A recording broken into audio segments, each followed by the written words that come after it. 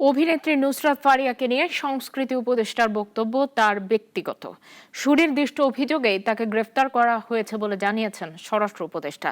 সকালে সচিবালয়ে তিনি মন্তব্য করেন, বিমানবন্দর থেকে যেতে দিলে অভিযোগ উঠত যে তাকে ছেড়ে দেওয়া হয়েছে। নির্দোষ প্রমাণ হলে ছাড়া পাবেন অভিনেত্রী। গতকাল রোববার থাইল্যান্ড যাওয়ার জন্য বিমানবন্দরে গেলে অভিনেত্রী নুসরাত ফারিয়াকে আটক করে ইমিগ্রেশন পুলিশ। ভাটারা থানার মামলায় গ্রেপ্তার দেখিয়ে পাঠানো হয় ডিবি কার্যালয়ে। সকালে আদালতে তার জামিন আবেদন নাকচ করে কারাগারে পাঠানোর নির্দেশ আসে।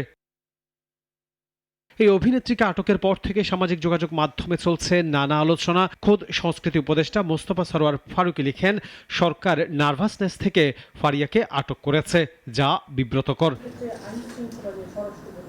আজ সচিবালয় ঈদুল আজহা উপলক্ষে আইন শৃঙ্খলা সংক্রান্ত কমিটির বৈঠক শেষে এই নিয়ে কথা বলেন স্বরাষ্ট্র উপদেষ্টা লেফটেন্যান্ট জেনারেল অবসরপ্রাপ্ত মোহাম্মদ জাহাঙ্গীর আলম চৌধুরী। বলেন, সংস্কৃতি উপদেষ্টার বক্তব্য তার ব্যক্তিগত মতামত, তবে নির্দোষ প্রমাণ হলে অভিনেত্রীকে ছেড়ে দেওয়া হবে বলেও জানান তিনি। দুষ্কৃতিকারী যেন আইনের আওতায় আসে এবং শাস্তি ভোগ করে, কোনো একটা নিরীহ লোক যেন কোনো অবস্থায় শাস্তি ভোগ যেন না করে, এই ব্যবস্থা আমরা অবশ্যই দিব। না, গতকালে ওনারা গেছে তো আমরা ইনভেস্টিগেশন তো শেষ হয়নি।